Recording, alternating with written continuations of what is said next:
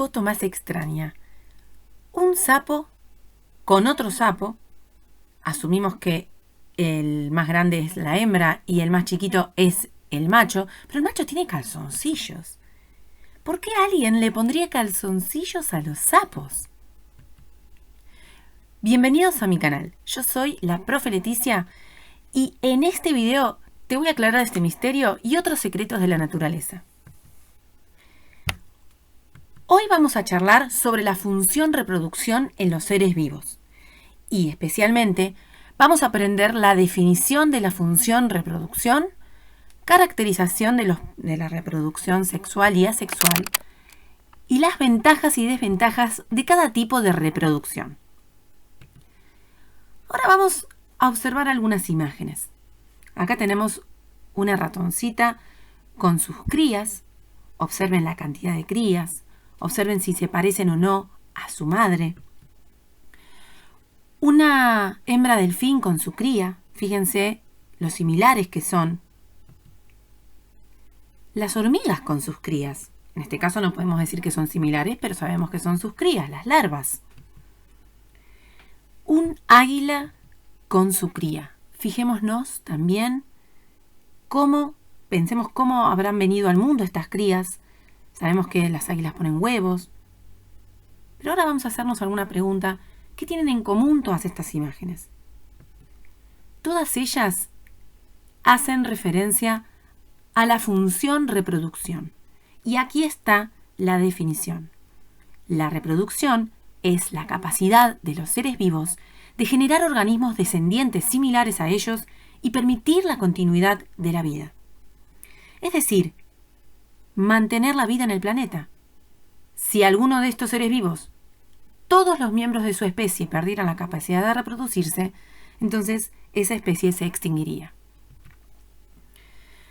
La reproducción tiene dos tipos generales, sexual y asexual. Vamos a ver las características generales de cada una de estos tipos de reproducción.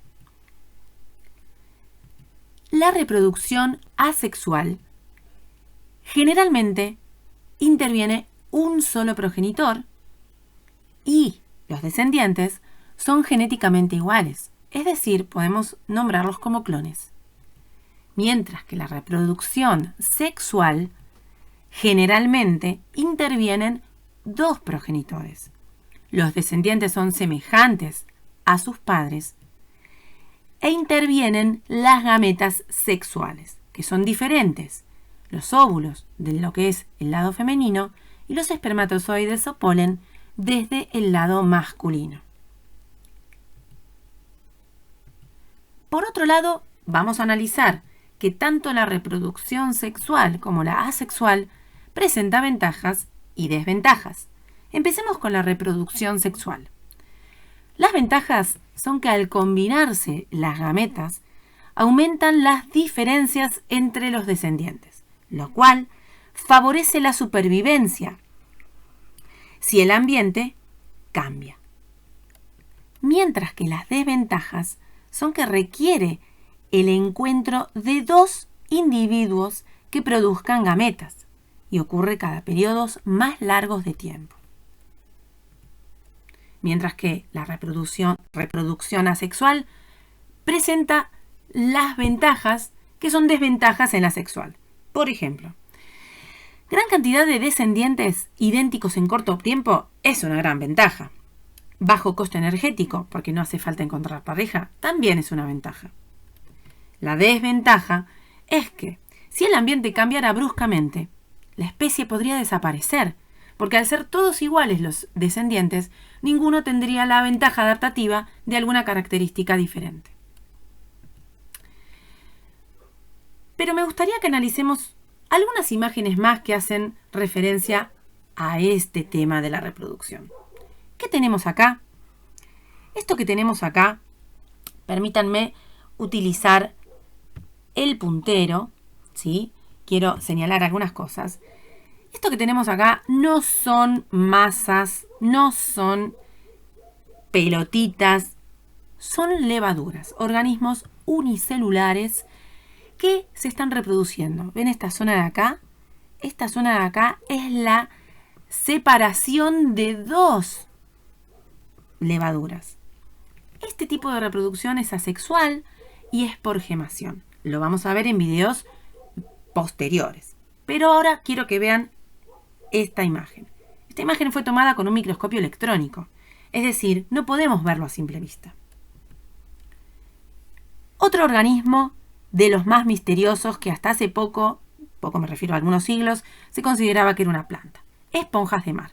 Esta no es una planta, es un animal que tiene un nivel constitutivo de tejidos, no tiene órganos.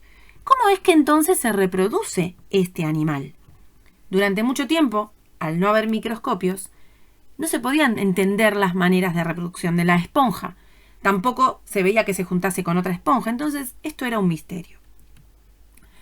Hasta que, en 1665, Robert Hooke inventó el primer microscopio capaz de observar células de seres vivos. Actualmente nosotros tenemos este tipo de microscopio que nos permite ver con gran detalle cosas inimaginables para los primeros investigadores. Y esto me vuelve a llevar a la imagen cumbre de este video. Óvulos y espermatozoides. El secreto de la reproducción en animales. ¿Qué es lo que sucedía hace cientos de años atrás? Esto no se podía ver porque no había microscopios. Entonces, ahora sí, vamos a ver por qué alguien le puso calzoncillos a un sapo. Hace muchísimo tiempo esto se veía igual que ahora. Esto es el amplexo.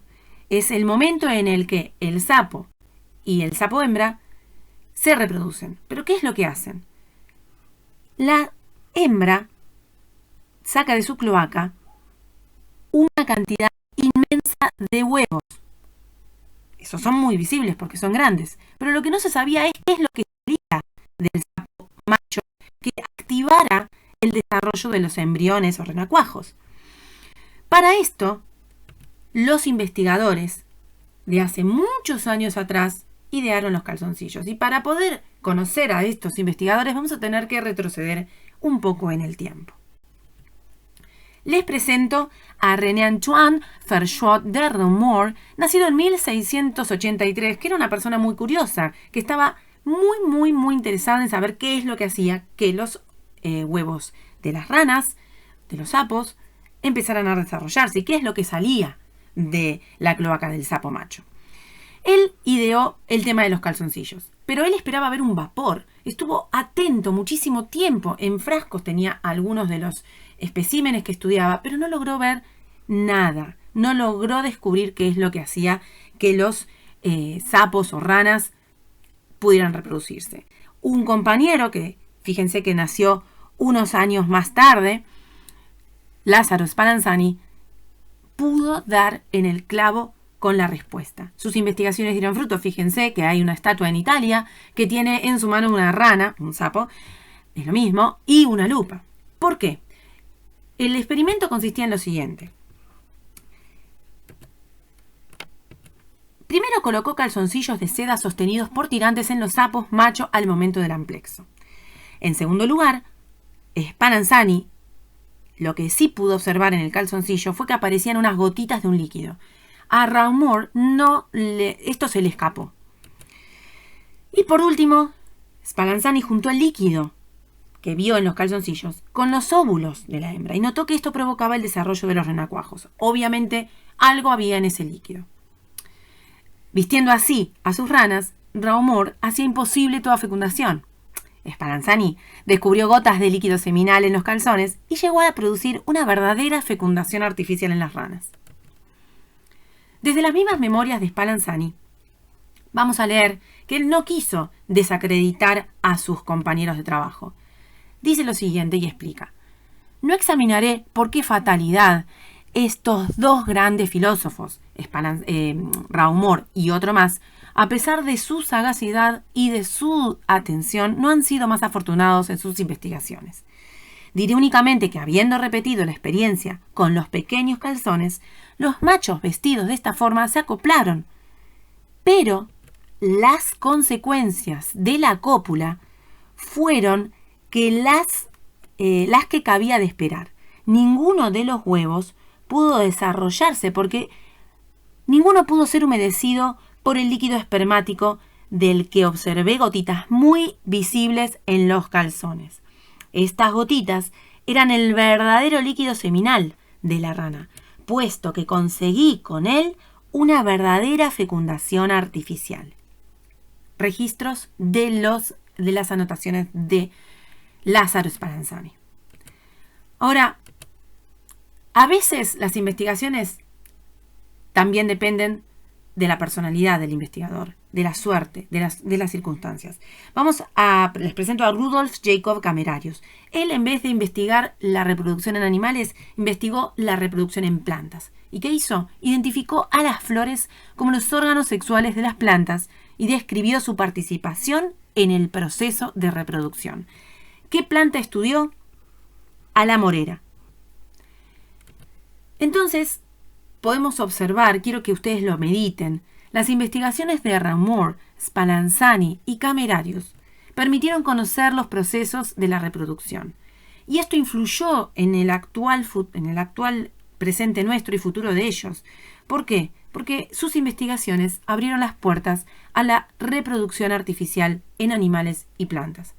Además de conocer los conceptos de biología, quiero que entiendan que estos conceptos surgieron de las investigaciones de hombres y mujeres que fueron curiosos, perseverantes y que no se dieron por vencidos.